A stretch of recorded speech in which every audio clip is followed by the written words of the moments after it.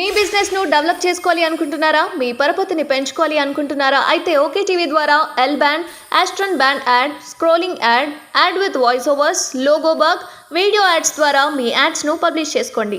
సంప్రదించవలసిన phone number 8520917933. Welcome to OK TV. నా పేరు నదీం. గత కొన్ని రోజులుగా ఏదైతే మనం చూసుకుంటున్నామో కవిత లిక్కర్ ఇష్యూ, ఏదైతే కవిత లిక్కర్ ఇష్యూ ఉందో, కవిత లిక్కర్ ఇష్యూ అయితే ఒక కొలిక్ అయితే వచ్చిందని కూడా మనం చెప్పవచ్చు. నిన్న హైదరాబాద్లో కవితని ఈడీ అధికారులు అయితే అరెస్ట్ చేసి ఢిల్లీకి అయితే తీసుకెళ్లడం జరిగింది. అయితే నిన్న ఎప్పుడైతే కవితని అరెస్ట్ చేసే సందర్భంలో అనేక నాటకీయ పరిణామాలు అయితే చోటు చేసుకున్నాయని కూడా మనం చెప్పవచ్చు. అయితే నిన్న మధ్యాహ్నం 1 గంటకు ఈడీ అధికారులు కవిత నివాసానికి అయితే చేరుకున్నారు.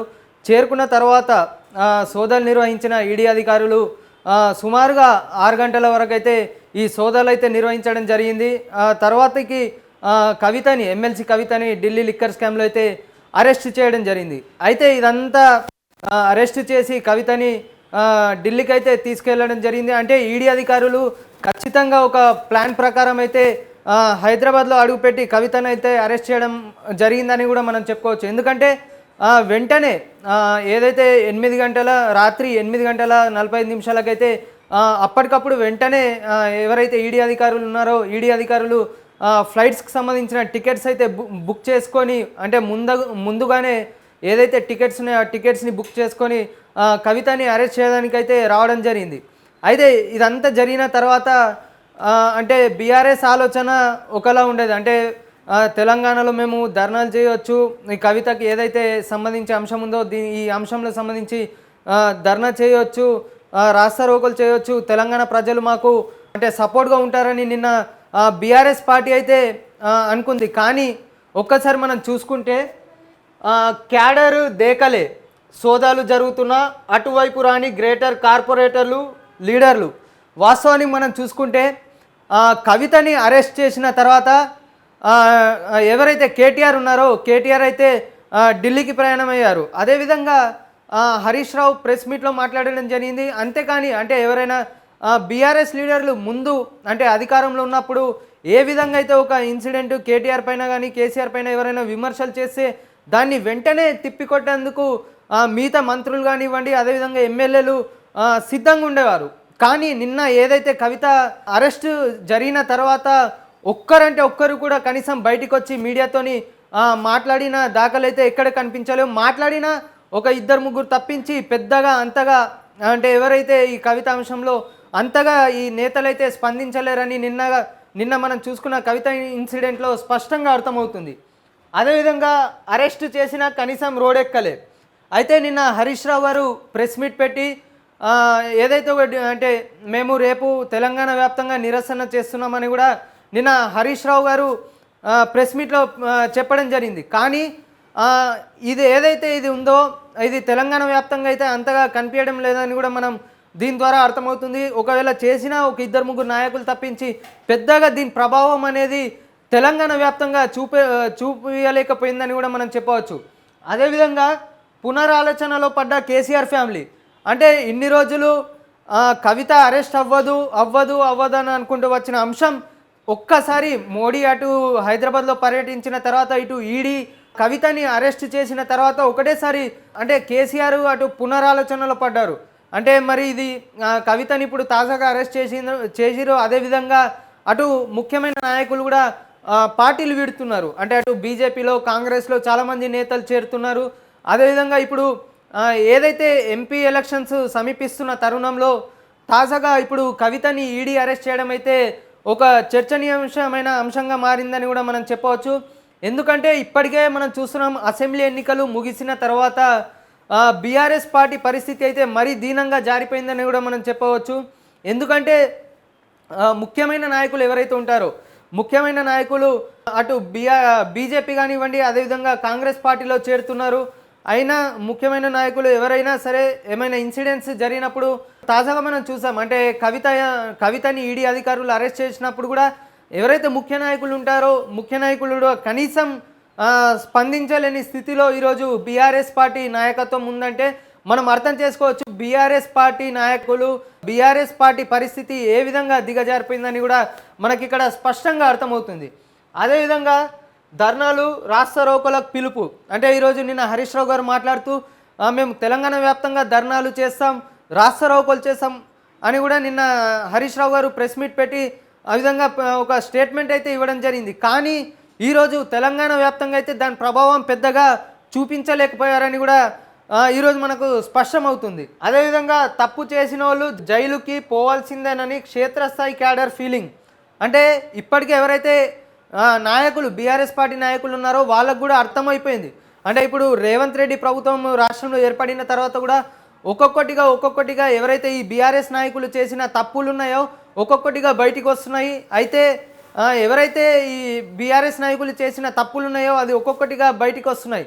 అయితే ఎవరైతే క్షేత్రస్థాయిలో క్యాడర్ ఉందో క్షేత్రస్థాయిలో క్యాడర్ కూడా అర్థమైపోయింది, ఇక మేము చేసిన తప్పుల నుండి మమ్మల్ని రక్షించే వాళ్ళు ఎవరు లేరని కూడా ఇప్పుడున్న బీఆర్ఎస్ నాయకత్వానికి అర్థమైపోయింది. అందుకనే కవిత అంశాన్ని కూడా వాళ్ళు చాలా లైట్గా తీసుకున్నట్టు కూడా మనకు స్పష్టంగా అర్థమవుతుంది. అదేవిధంగా కేసీఆర్ దృష్టిలో పడేందుకు తూతు మంత్రంగా కొందరి ప్రయత్నం. అంటే మనకు తెలుసు కొంతమంది కేసీఆర్కి కేటీఆర్కి భజన చేసే వాళ్ళు ఉంటారు. వారు కేసీఆర్ దృష్టిలో పడడానికి అంటే ఇప్పుడు మేము కనీసం ఈ ప్రోగ్రాం కూడా మేము చేయలేకపోతే రేపటి రోజు పార్టీలో మా పరిస్థితి ఏ విధంగా ఉంటుందని అర్థం చేసుకొని కొంతమంది అంటే నామమాత్రంగా ఏదో అంటే చేసినాం ఒక కేంద్ర ప్రభుత్వం మోడీ డిష్ బొమ్మ దానం చేసినామంటే అయిపోయింది, ఇక్కడికి మా కార్యక్రమం అయిపోయింది, కేసీఆర్ ఈ బీఆర్ఎస్ పార్టీ పిలిపించినట్టు మేము ప్రోగ్రాం చేసినామంటే అయిపోయింది. అంటే ఒక తూతు మంత్రంగా నామమాత్రంగా ఏదో చేసినాం అన్నట్టు ఈరోజు కార్యక్రమాలు అయితే తెలంగాణ వ్యాప్తంగా జరుగుతున్నాయి.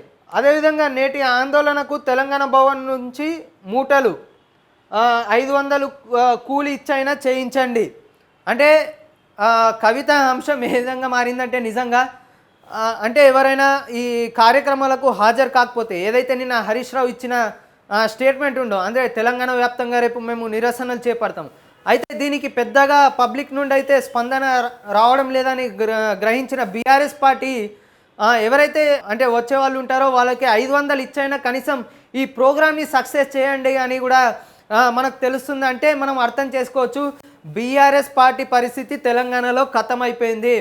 ఇక బీఆర్ఎస్ పార్టీని రక్షించే వాళ్ళు ఎవరు లేరా అంటే లేరని కూడా స్పష్టమవుతుంది. ఎందుకంటే కేసీఆర్ కూడా మనం చూసాం ఇప్పటికీ కవితని అరెస్ట్ చేసిన తర్వాత కనీసం ఒక్కసారి ప్రెస్ మీట్ పెట్టిన దాఖలాలు లేవు.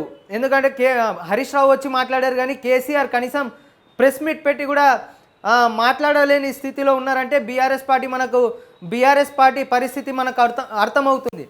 అదేవిధంగా ఏదైతే నిన్న సంఘటన అంటే కవితని అరెస్ట్ చేసిన తర్వాత బీఆర్ఎస్ క్యాడర్ అనేదిగా మౌనంలోకి వెళ్ళిపోయింది.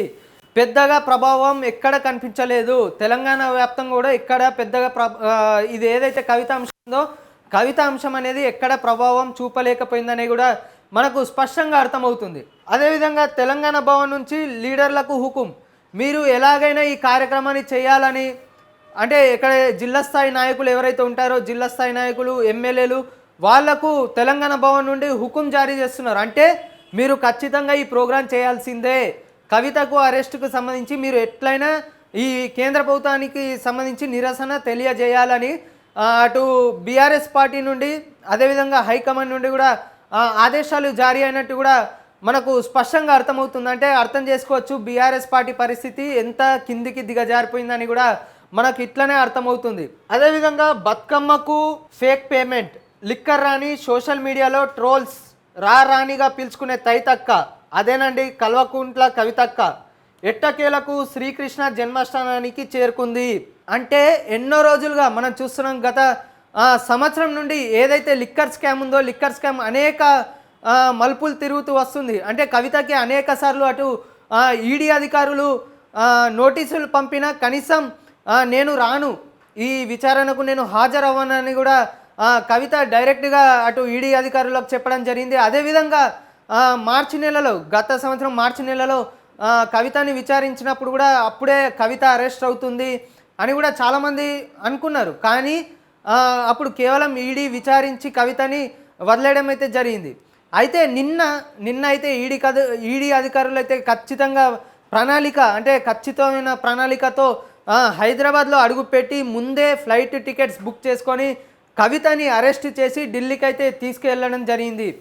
అయితే ఎమ్మెల్సీ కవిత అరెస్టుతో యావత్ తెలంగాణ ఉక్కిరి బిక్కిరి అవుతుంది ఏమో అన్న డౌట్ ఏదో ఒక మూల ఇన్నాళ్ళు ఉండే. అంటే కవిత అరెస్ట్ అయితే తెలంగాణ మొత్తం ధర్నాలు జరుగుతాయి, నిరసనలు జరుగుతాయి అని కూడా బీఆర్ఎస్ క్యాడర్ అనుకుంది. కానీ తెలంగాణలో ఆ ప్రభావం ఎక్కడ కనిపించట్లేదు. ఏదో చేసిన జిల్లా స్థాయిలో డిస్టు బొమ్మ దహనం చేయడం జరుగుతుందో, అంతేగాని అంతకు మించి ఏదైతే ఈ కవిత అంశం ఉందో కవిత అంశం ఎక్కడ ప్రభావం చూపించట్లేదని ఇది బీఆర్ఎస్ పార్టీకి కూడా స్పష్టంగా అర్థమైపోయింది. అధికారం పోయిన తర్వాత బీఆర్ఎస్ పార్టీకి అధికారం పోయిన తర్వాత జిల్లా స్థాయిలలో అదేవిధంగా గ్రామ స్థాయిలలో పూర్తిగా ఉనికిని కోల్పోయింది బీఆర్ఎస్ పార్టీ. ఇది మాత్రం స్పష్టంగా అర్థమవుతుంది. అదేవిధంగా నిన్న జరిగిన ఏదైతే కవిత అంశం ఉందో కవిత అంశం తర్వాత ఈ అంశంలో అయితే పూర్తిగా ఒక స్పష్టత అయితే మనకు వచ్చిందని కూడా మనం తెలుసుకోవచ్చు. కానీ శుక్రవారం కవిత అరెస్టు నేపథ్యంలో జరిగిన పరిణామాలను చూస్తే అట్టుడుకడం సంగతి దేవుడికి ఎరుగు. బీఆర్ఎస్ లీడర్లు క్యాడర్ చల్లగా ఏసీ వేసుకొని ఇంట్లో టీవీల ముందు కూర్చొని మస్తు ఎంజాయ్ చేశారు. అంటే కవిత అరెస్ట్ జరిగిన తర్వాత లీడర్లు వచ్చి రాస్తారోకలు చేస్తారు, ధర్నాలు చేస్తారు అని అనుకున్నారు. కానీ చల్లగా కూర్చొని ఏసీలలో మస్తు ఈ ఏదైతే కవిత అంటే ఎపిసోడ్ జరుగుతుందో అంటే టీవీలలో లైవ్లు వస్తున్నాయి, ఈ మొత్తం లైవ్ని అటు బీఆర్ఎస్ నాయకులు గమనిస్తూ చల్లగా హ్యాపీగా ఉన్నారు. అంటే కవిత అంశాన్ని వాళ్ళు లెక్క చేయడం లేదు. అయితే పోయింది మాదేం పోయింది అన్నట్టు కనీసం లెక్క చేయలేని పరిస్థితులలో ఈరోజు కవిత అంశం అనేది దిగజారిందంటే ఇక్కడ అర్థమవుతుంది మనకు. ఎవ్వరు కూడా ఈ కవిత లిక్కర్ స్కామ్ని పట్టించుకోవట్లేదు. ఇది ఎక్కడ తెలంగాణ వ్యాప్తంగా దీని ప్రభావం ఎక్కడ లేదు అని మనకు స్పష్టంగా అర్థమవుతుంది.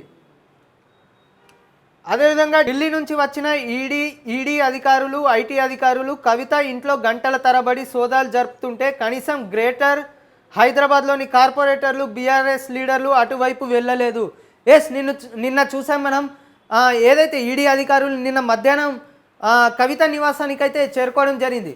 అయితే కవిత నివాసానికి చేరుకున్న తర్వాత కేవలం హరీష్ రావు అండ్ అదేవిధంగా కేటీఆర్ అయితే కవిత నివాసానికి చేరుకోవడం జరిగింది. కానీ ఎవరైతే గ్రేటర్లు ఉన్న నాయకులు, కార్పొరేటర్లు ఉన్నారో కనీసం కవిత ఇంటి వైపు కన్నెత్తి కూడా చూడలేదు. అంటే నిన్న ఏదైతే ఈడీ అధికారులు ఇది సోదాలు జరిపినంతసేపు అంటే వాళ్ళు సోదాలు చేస్తున్నంతసేపు కనీసం హైదరాబాద్లో ఉన్న కార్పొరేటర్లు కానివ్వండి, అదేవిధంగా లీడర్లు ఎవరైతే ఉంటారో వాళ్ళు కనీసం కవిత ఇంటికి కన్నెత్తి కూడా చూడలేదంటే ఈరోజు మనకు అర్థమవుతుంది. అయితే ఇది అంటే నిన్న కవిత ఏదైతే కవిత ఎపిసోడ్ ఉందో కవిత ఎపిసోడ్ తర్వాత జరిగిన పరిణామాలు ఇవి.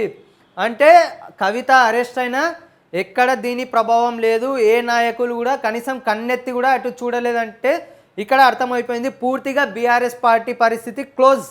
అండ్ ఏదైతే పార్లమెంట్ ఎన్నికలు సమీపిస్తున్న తరుణంలో ఇప్పుడు బీఆర్ఎస్ పార్టీ ఒక పునరాలోచనలో పడింది. అదేవిధంగా బీఆర్ఎస్ నాయకులు కూడా ఒక పునరాలోచనలో పడ్డారని కూడా మనం చెప్పుకోవచ్చు. ఎందుకంటే ఇటు అంటే తెలంగాణలో ఎమ్మెల్యేలుగా ఉన్న బీఆర్ఎస్ నాయకులు అటు రేవంత్ రెడ్డి ఎప్పుడు ఏ నిర్ణయం తీసుకుంటారని కూడా వాళ్ళు ఉక్కిరి బిక్కిరి అవుతుంటే ఇప్పుడు కవిత అంశంలో ఏం జరుగుతుందని ఇటు కేసీఆర్ అదేవిధంగా హరీష్ రావు, కేటీఆర్ వీళ్ళు ఉక్కిరి బిక్కిరి అవుతున్నారు. అంటే కరెక్ట్గా మోడీ మనం చూసుకుంటే ఈ ప్లాన్ ప్రకారం పద్ధతిగా ఈ ప్లాన్ ప్రకారం ఇది కవిత అరెస్ట్ జరిగిందని కూడా మనకి ఇక్కడ స్పష్టంగా అర్థమవుతుంది. అండ్ నిన్న తెలంగాణ వ్యాప్తంగా తెలంగాణ రాజకీయాల్లో అయితే ఒక హాట్ టాపిక్ అయితే నడిచిందని కూడా మనం చెప్పవచ్చు. ఎందుకంటే నిన్న మోడీ అటు పర్యటిస్తున్నారు, ఇటు కవితకు సంబంధించి అరెస్టుకు సంబంధించి సోదాలు అయితే జరుగుతున్నాయి.